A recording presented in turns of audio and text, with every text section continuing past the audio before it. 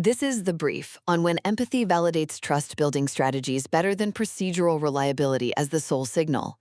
Reliability as the sole validator doesn't validate relational coordination. It erodes collective care depth signals. So what does that actually mean for us? Well, recent behavioral data spanning 65 countries reveals a massive blind spot where organizations are getting trust completely wrong. First, let's talk about the green stage shift.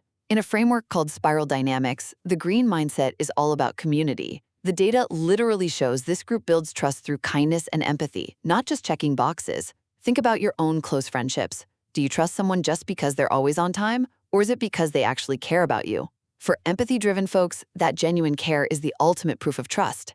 Second, we've got totally divergent validation models. We all evaluate trust differently, right? While the green group needs that empathy, a rule-following blue mindset validates trust purely by doing what's promised. And a red mindset, they respect personal dominance and kind of reject that relational softness entirely.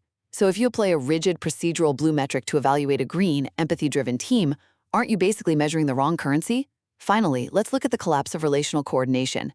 When trust programs force procedural reliability as the absolute only valid metric, they completely misfire.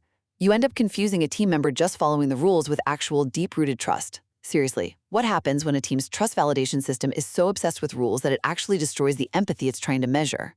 When you optimize your trust metrics for rigid consistency at the expense of genuine connection, you don't build alignment, you engineer its collapse.